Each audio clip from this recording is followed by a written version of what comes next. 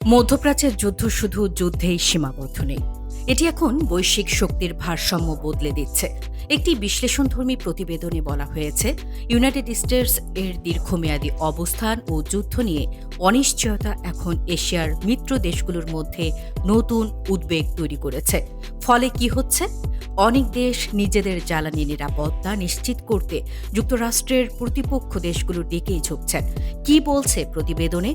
যুদ্ধ কতদিন চলবে এই বিষয়ে স্পষ্ট বার্তা দিতে পারেনি ডোনাল্ড ট্রাম্প।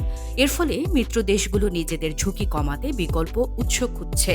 তেলের সরবরাহ নিশ্চিত করতে তারা এখন প্রতিদ্বন্দ্বী শক্তির সঙ্গে সম্পর্ক বাড়াচ্ছে। বাস্তব প্রভাব: যুক্তরাষ্ট্রের ওপর নির্ভরতা কমছে, নতুন জ্বালানি জোট তৈরি হচ্ছে, বৈশ্বিক বাজারে শক্তির ভারসাম্য বদলাচ্ছে।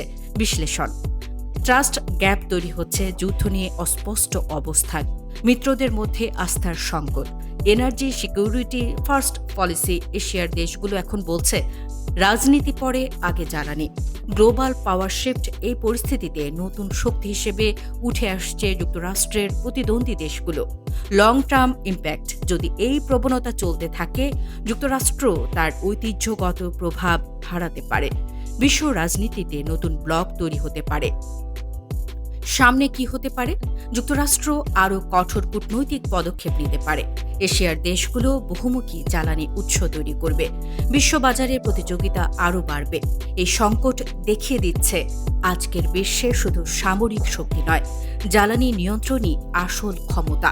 আর সেই খেলায় এখন নতুন করে সাজানো হচ্ছে বৈশ্বিক মিত্রতার সমীকরণ। আরও আপডেট পেতে সাবস্ক্রাইব করুন পালস নিউজ 360।